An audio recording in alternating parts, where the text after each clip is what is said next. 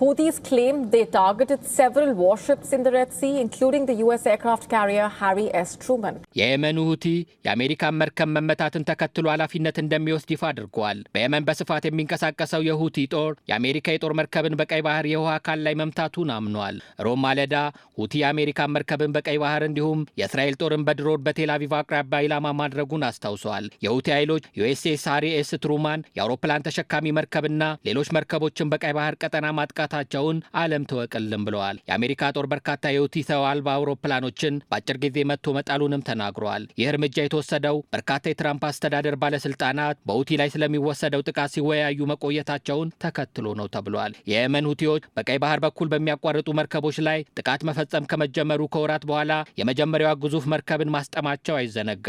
በኢራን የሚደገፉት ሁቲ አማጽያን ከህዳር 2023 አንስቶ በቀይ ባህር የሚያቋርጡ መርከቦችን ኢላማ ማድረግ ጀምረው እስራኤልና አሜሪካን ጫና ውስጥ አስገብተዋል። የአሜሪካ ባለስልጣናት ቡድን በሲግናል የሚስጥራዊ መተግበሪያ መወያየታቸው አግባብ አይደለም እየተባለ በሚገኝበት ሰዓት ጥቃቶቹ መበርታታቸው ውጥረቱን ሌላ መልክ ያሰጠዋል። የሁቲ አማጽያን ሶስተኛ ጥቃታቸውን ባለፉት 48 ሰዓታት በሰሜናዊ ቀይ ባህር መፈጸማቸውን ተናግረዋል። ሁቲዎች በቴሌግራም እንደገለጹት ዩኤስኤስ ሃሪ ኤስ ትሩማን መርከብን በሚሳኤሎችና በድሮኖች አጥቅተዋል። የአሜሪካ መከላከያ ባለስልጣናት እንዳሉት ሁቲ ውሸትና ማሳሳቱን ቀጥሎበታል። በኢራን የሚደገፈው ቡድን ሐሰተኛ መረጃ በማሰራጨት የጥቃታችንን መጠን በማሳነስ ይታወቃል ብለዋል የፔንታጎን ባለስልጣናት። የአሜሪካ ወታደራዊ ምንጮች ጥቃቱን ለማረጋገጥ ከባድ ነው፣ ከ160 ኪሎ ሜትሮች ኢላማቸውን ስተዋል ብለዋል። ሁቲ በሰሜናዊ የመን 17 የአየር ጥቃቶችን በአሜሪካ ኃይሎች ተፈጽሞብናል በሚል ከሷል።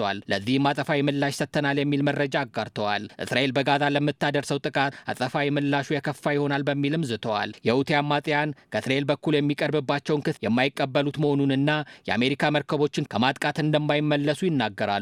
ሁቲ በቅርቡ ጥቃት የደረሰበትን የአሜሪካ መርከብ ኃላፊነት የሚወስድ መሆኑን አስታውቆ ከአሜሪካና አጋሮቹ ጋር ትስስር ያላቸው መርከቦች በቀይ ባህርና አካባቢው እንዳይተላለፉ ጥቃቱን አጠናክሮ እንደሚቀጥል አስጠንቅቋል። አሜሪካ የሁቲ ታጣቂዎችን ለማጥፋት ከእንግሊዝ ጦር ጋር በመተባበር የሁዳዴህ ወደብ ከተማ ድረስ በመዝለቅ ተደጋጋሚ የጥቃት እርምጃ ሲወስዱ ቆይተዋል። ዛሬም አሜሪካ በሰና አቅራቢያ በሰዓዳና በሌሎች አካባቢዎች ጥቃት ማድረሷን ሁቲዎች አሳውቀዋል። የአሜሪካና የእንግሊዝ የጦር ጀቶች የቡድኑን የጦር መጋዘኖች፣ የጦር መሳሪያዎች ክምችትና ማሰልጠኛ ተቋማት በተደጋጋሚ ደብድበዋል። የሁቲ ኃይሎች በቀይ ባህር ላይ የሚፈጽሙት ጥቃት ካልቆመ አካባቢውን ገሃነም እናደርገዋለን ሲሉ ፕሬዝዳንት ዶናልድ ትራምፕ ሲዝቱ ተሰምተዋል። ሁቲዎች በቀይ ባህር መርከቦች ላይ ለሚያደርሱት ጥቃት አሜሪካ ከባድ የአየር ድብደባ እንደምታካሄድ ፕሬዝዳንት ዶናልድ ትራምፕ በተደጋጋሚ ከመግለጻቸውን ባሻገር እርምጃ እስከ መውሰድ ደርሰዋል። ሁቲ 17 አየር ጥቃት ደርሶብኛል ያለ ሲሆን የአሜሪካንና የእስራኤልን ወታደራዊ ኢላማዎችም ግምት ውስጥ አስገብቶ መምታቱን እንዲሁ አምነዋል። ሰሜናዊ የመን በአሜሪካ ኃይሎች ሲናጥ አድሯል የተባለ ሲሆን